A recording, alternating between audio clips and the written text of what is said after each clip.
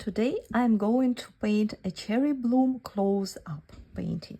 Hi friends, I'm Olga Koelsch, watercolor artist, teacher and a book author. Welcome to my studio. The middle of the cherry bloom is usually the brightest part, and I mix quinacridone rose with a little bit of burnt sienna to make it deeper and darker. I will start with this mix. Just start with the middle. First, some small dots that they will imitate the stamens, basically starting just from one point and bringing them a little bit to the side. I imagine the cherry bloom a little bit tilted to the other side, like this. Now I switch to my bigger brush. I wash my brush. I grab very diluted, almost watery mix onto my brush, a lot, and then I'm starting from one of the points. I paint one petal, basically just wiggling my brush around and create uneven edge, and then bringing it back to the flower center. And I like to leave a little bit of white areas in between, so I finish it with just these brush strokes. I can go around and lift slightly the paints to make it even lighter. And next petal, starting from the middle, nice uneven edge, a lot of curves. You can wiggle your brush like this and then bring your brush almost to the same point, and you can even correct this line slightly, leave a little bit of white area, and then softly distribute pink paint inside the petal. You can use paper towel to remove excess water. It will help when you lift in the paints like this. Let's do another one. This will grow underneath the front petal, but anyway, same principle, wiggling moves, and then some brush strokes, and then connect everything smoothly like this. One more, this one, starting from the middle of the flower. Nice wide brush stroke. Let your hand do the decision. A little bit of white areas, and then connect everything together.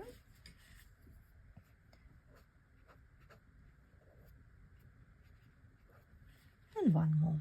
It is again underneath this. Can be a little bit brighter. Imagine how your petal grows.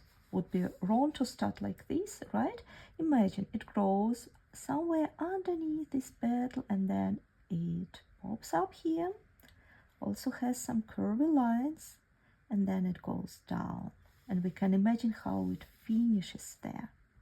Let's add some brush strokes, and then same principle. We just connect everything around. We can work now a little bit on the bright middle.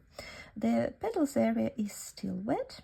I would like to grab my quinacridone rose as it is extremely bright and go with the tip of the brush in the middle area of the petal, basically because it's fun to watch how it all distributes. Works. Some petals are drier than the others, so sometimes it creates smooth washes like here, and sometimes it's a little bit more harsh. If you don't like too harsh lines, you can wash your brush, dry it with a paper towel, and with damp brush go around and soften some of the brush strokes. Basically, I have almost dry brush, clean brush. I always remove excess water and pigments onto my paper towel, and I can create very nice middle. I would like to add a little bit of ideal veins with the tip of my brush. Pretty diluted mix, what I have here. I add more and more interesting elements to the flower.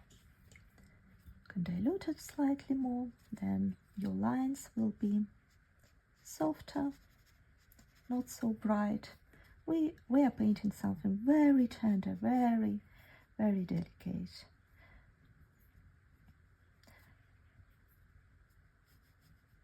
I would like to add, for example, bent area. I paint around with brighter color, then I wash my brush. I dry it with a paper towel and soften it. And now this is how we get very easy this folded bent area on the petal. Some nice curvy line, don't overthink it. Then wash your brush, dry it with a paper towel and soften this line.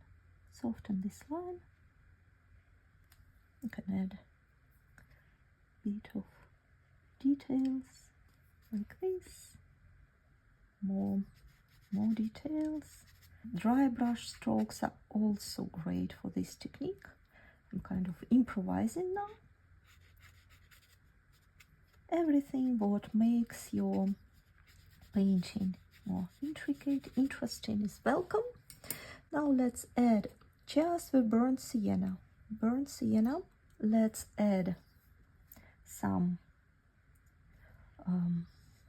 stamens, pollen area, some dots, and some long lines connecting to that. You can also use sepia. Sepia usually gives better coverage and it's darker, so you can add a couple of dark elements into the our tender flower. About this. This is in principle ready, but if you would like to go further, if you want to add some background, you can carefully glaze the paper around with a bigger brush or mottler brush.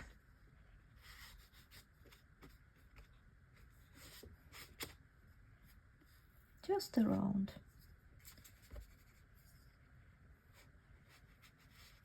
And I recently painted a whale, and I think the mix also will fit. It's ultramarine blue, so I will use it as my background.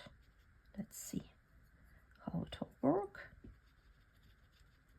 Maybe I will use dots of brighter ultramarine blue.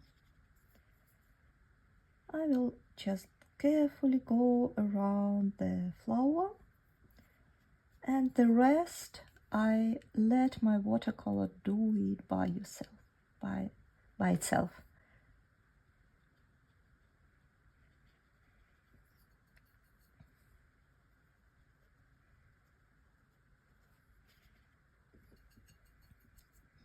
So I basically vary mixes of what I have here on my plate. A little bit dark on one side, can be, and a little bit maybe light on the other side.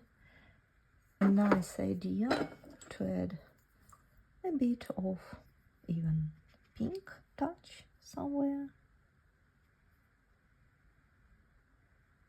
So to say, we have some blossoming happening on the background. Why not? we keep creating the contrast. This is the most relaxing and fun part. So let's enjoy this.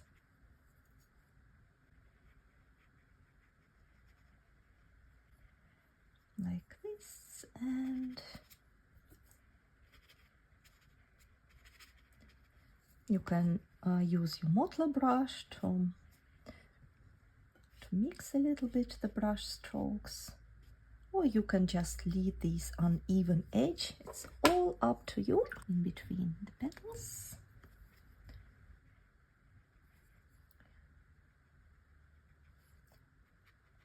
Now I dried my brush and softened the edge. That will create nice shadow idea. Don't be afraid. You can add some splashes. Now the surface is getting dry. That's a good moment for to make this splashed texture. Right here it's a little bit too wet, but we can use some salt on this area. You can play around, you can add some shadows, or just leave it like this. Our cherry blossom is ready. Thank you so much for painting with me. I hope you enjoyed the process. I hope you had fun. I'm looking forward to know what would you like to paint next. And see you soon. Bye bye.